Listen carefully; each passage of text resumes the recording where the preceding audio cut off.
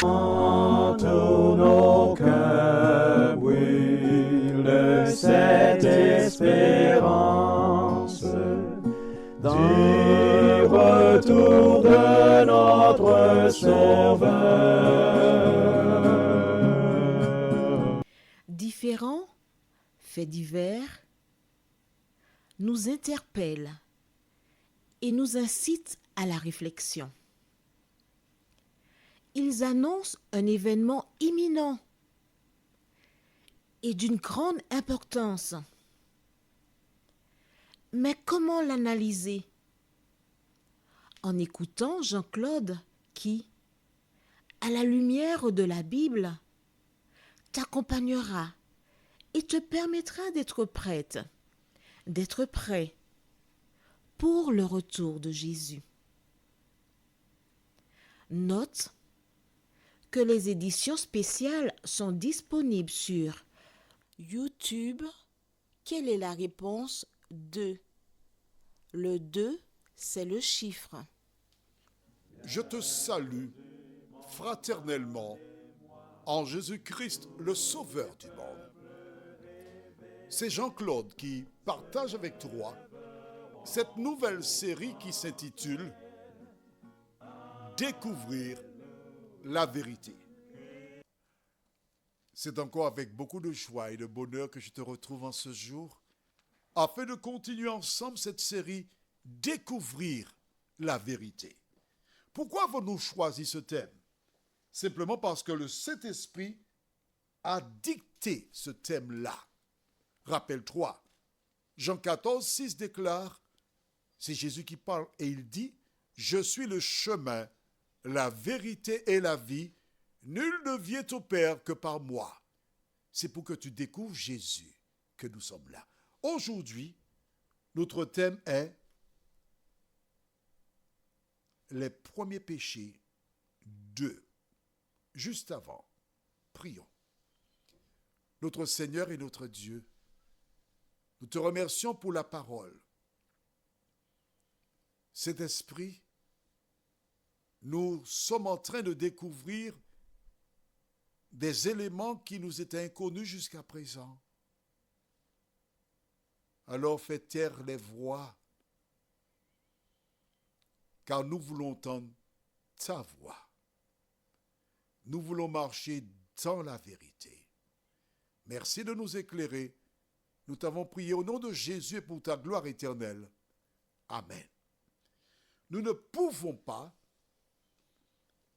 aller trop vite, mais nous devons aller à une cadence normale et naturelle. Rappelle-toi, quand Dieu créa l'homme et la femme, il les plaça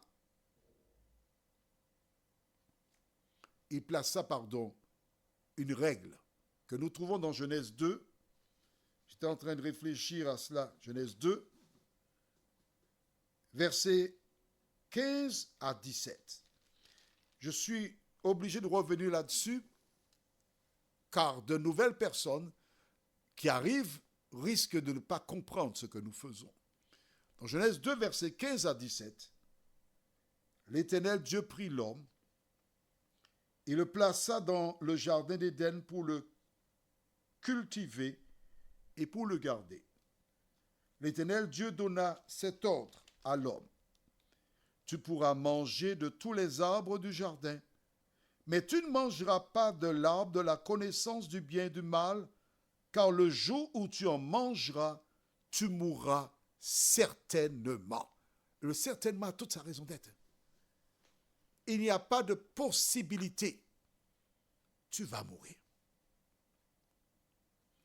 Or, rappelle-toi, nous avons vu dans Romains 6, verset 23, car le salaire du péché, c'est la mort. Mais le don gratuit de Dieu, c'est la vie éternelle en Jésus-Christ. Ce qui sous-entend que lorsque Dieu a dit, car le jour où tu en mangeras, tu mourras, il a sous-entendu, car le jour où tu en mangeras, tu auras péché. Et parce que tu as péché, tu vas mourir. S'il y a péché, il y a automatiquement la mort. Qu'est-ce que le péché? Au livre de 1 Jean chapitre 3 verset 4. 1 Jean chapitre 3 verset 4 déclare: quiconque pêche transgresse la loi, et le péché est la transgression de la loi. On est d'accord? Le péché, c'est la transgression de la loi. Et le salaire du péché, Romains 6, 23, car le salaire du péché, c'est la mort. Cela sous-entend que dès la création du monde, la loi de Dieu existait. Et nous avons vu hier les premiers péchés commis par Ève et Adam, qui sont quoi? La transgression de certains commandements de Exode chapitre 20. Est-ce que c'est clair pour toi jusqu'à présent? Quiconque pêche transgresse la loi, c'est bon? Bien. Allons au livre de Romains chapitre 5, verset 12.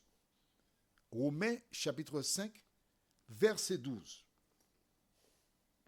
Déclare: c'est pourquoi, comme par un seul homme, le péché est entré dans le monde, et par le péché, la mort. Et qu'ainsi la mort s'est étendue sur tous les hommes, parce que tous ont péché. Je reprends pour toi. Alors, nous ferons un petit exercice. Nous venons de lire que quiconque pêche transgresse la loi. Je vais remplacer péché par transgression de la loi. Et tu verras comment ce sera beaucoup plus simple pour toi pour comprendre. D'accord? Alors, je relis. C'est pourquoi, comme par un seul homme, le péché, je remplace par la transgression de la loi, est entré dans le monde. Et par la transgression de la loi, la mort, et qu'ainsi la mort s'est étendue sur tous les hommes, parce que tous ont transgressé la loi. Est-ce que c'est clair pour toi? Prends l'habitude, quand tu lis la Bible, d'utiliser les codes. Tu as vu dans 1 Jean 3, verset 4, quiconque pêche transgresse la loi, et le péché est la transgression de la loi. On est d'accord? Donc, toutes les fois que tu vois le mot péché, tu le remplaces par transgression de la loi. Maintenant, quand Paul déclare dans Romains 5, 12, c'est pourquoi, comme par un seul homme, quel homme? Adam. C'est l'homme, Adam. Le péché est entré dans le monde. Si le péché est entré dans le monde, c'est parce que la loi était donc là dès la création du monde. Est-ce que tu as compris cela? Je reprends pour toi avec plaisir. 1 Jean 3, verset 4 déclare: quiconque pêche transgresse la loi, et le péché est la transgression de la loi. D'accord? Donc, s'il y a péché, il y a mort. Pourquoi? Romains 6, 23, car le salaire du péché, c'est la mort. Mais, ce qui est intéressant, c'est de savoir, le don gratuit de Dieu, c'est la vie éternelle en Jésus-Christ. Maintenant, quand tu acceptes Jésus pour sauveur personnel, il te demande d'être quoi? Une nouvelle créature. Et quand tu es une nouvelle créature, les choses anciennes sont passées. Voici, toutes choses sont devenues nouvelles. Celui qui volait ne vole plus. Celui qui mentait ne ment plus. Celui qui injuriait n'injurie plus. Pourquoi?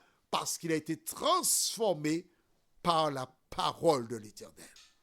Maintenant, nous revenons encore dans Romains 5, verset 12, qui déclare: c'est pourquoi, comme par un seul homme.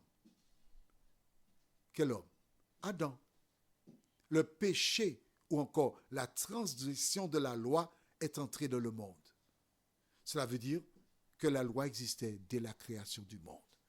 Au risque de me répéter, parce qu'il faut se répéter, la loi ne sauve personne. La loi, c'est exactement comme le code de la route. Tu achètes le code Rousseau Et le code te dit ce que tu dois faire pour être un bon chauffeur, pour ne pas commettre d'accidents et que tout se passe bien. Une fois que tu as obtenu le permis, que fais-tu? Parce que tu as pris le code pour après avoir passé l'examen, la théorie, d'accord? Ensuite, on t'a appris à démarrer en côte, à te garer, etc.